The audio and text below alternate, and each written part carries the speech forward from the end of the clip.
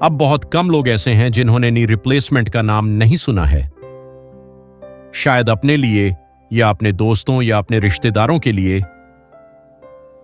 किसी न किसी समय किसी डॉक्टर ने आपको यह सलाह जरूर दी होगी। आप या आपके परिचित व्यक्ति ने शायद नी रिप्लेसमेंट करवा लिया है या करवाने वाले हैं या करवाने का फैसला नहीं किया है क्योंकि आप डर रहे हैं। जो लोग पहले ही ऑपरेशन करवा चुके हैं और अच्छे हैं, उनके लिए मेरी यह चर्चा नहीं है। वे चाहें तो इस वीडियो को स्किप कर सकते हैं। जो लोग ऑपरेशन कराकर खुश नहीं हैं और बाकी जो 2 ग्रुप रह गए, उनके लिए ही आज की मेरी यह चर्चा है। सबसे पहले जान लेते हैं कि नी रिप्लेसमेंट का आउटकम किन किन चीजों पर निर्भर करता है। उसमें मरीज की तरफ से जो फैक्टर हैं, क्या मरीज को सच में अभी नी रिप्लेसमेंट की जरूरत थी? बहुत जल्दी कर देने पर भी समस्या होती है। भविष्य में और बहुत देर कर देने पर भी समस्या होती है। ज्यादा डिफॉर्मिटी, ज्यादा अलाइनमेंट की गड़बड़ी, ज्यादा कॉम्प्लिकेशन। इसलिए सही समय बहुत महत्वपूर्ण है। अब सर्जन के फैक्टर्स। आपको अपने सर्जन के बारे में क्या देखना चाहिए? आपका सर्जन कितना सक्षम है, यह समझने के तरीके बहुत सीमित हैं। फेसबुक, यूट्यूब, इनकी विश्वसनीयता की बात नहीं करें। अल्ट्रा HD क्वालिटी और अच्छी एडिटिंग के पीछे सब कुछ छिप जाता है। कि किसी परिचित मरीज का फीडबैक जिसने पहले ऑपरेशन कराया है, क्या वह हमेशा पर्याप्त होता है? यह भी सवाल है। फिर भी कुछ चीजें आप देख सकते हैं, जैसे जहां आप ऑपरेशन करवा रहे हैं, क्या वह आपके बजट में है? अगर भविष्य में फिर से रिवीजन सर्जरी की जरूरत पड़े तो क्या आप वहां का खर्च उठा पाएंगे? वह जगह आपके घर से कितनी दूर है? बहुत दूर होने पर फॉलोअप में दिक्कत होगी। जिस डॉक्टर ने आपको ऑपरेशन की सलाह दी है, मैं आपको उन पर अविश्वास करने के लिए नहीं कह रहा हूं, लेकिन फिर भी 1 सेकंड ओपिनियन जरूर लें, क्योंकि घुटना आपका है। कुछ और बातें भी हैं जिन्हें आप जान सकते हैं।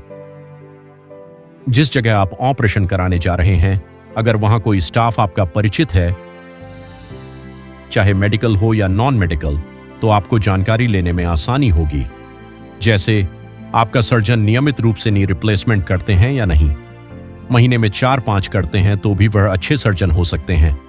जो दिन में 4-5 करते हैं उनसे भी, और जो उससे भी ज्यादा, कभी कभी 100 करते हैं, उन्हें ही सबसे अच्छा मानना जरूरी नहीं है।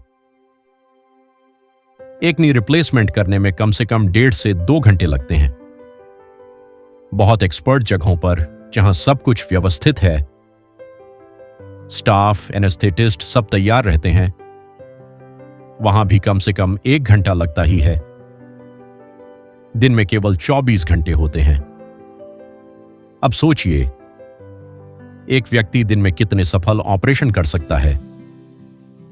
आप जिस सर्जन से ऑपरेशन कराएंगे, उनका कॉम्प्लिकेशन रेट कैसा है? उससे भी बड़ा सवाल, अगर कोई कॉम्प्लिकेशन हो जाए तो वह उसे कितनी देखभाल से संभालते हैं। यहां उनकी स्किल से ज्यादा उनकी केयर महत्वपूर्ण है। कई सर्जन ऐसे होते हैं जो कॉम्प्लिकेशन होने पर मरीज को आगे नहीं देखते। तब मरीज को मजबूर होकर दूसरे सर्जन के पास जाना पड़ता है।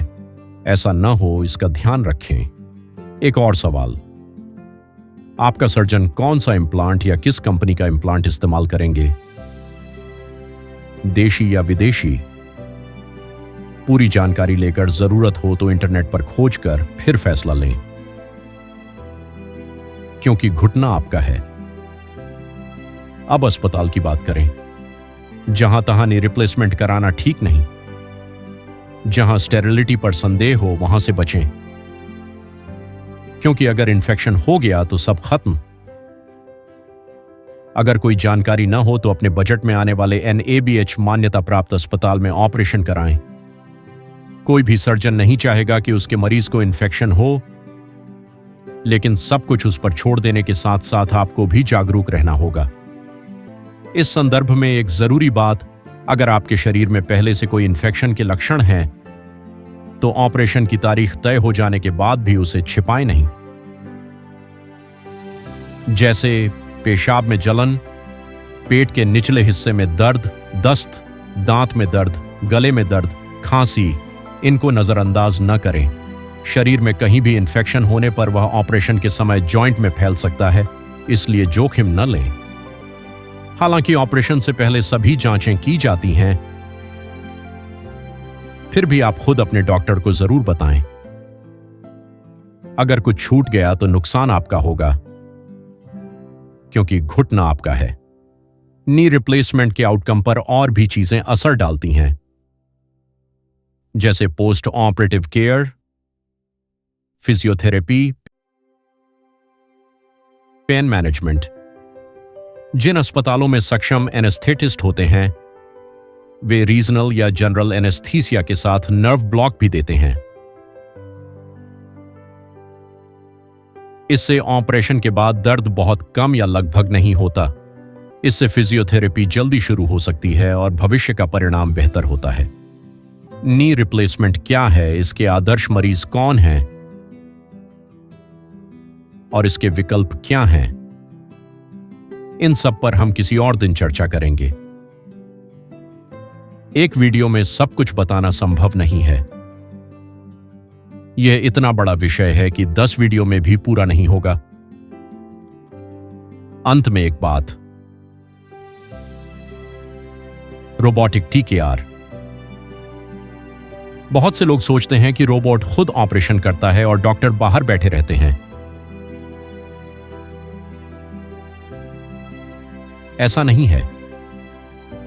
डॉक्टर ही ऑपरेशन करते हैं रोबोटिक आर्म की मदद से, जिससे माप ज्यादा सटीक होते हैं। इससे परिणाम बेहतर हो सकता है और सर्जन को सुविधा होती है।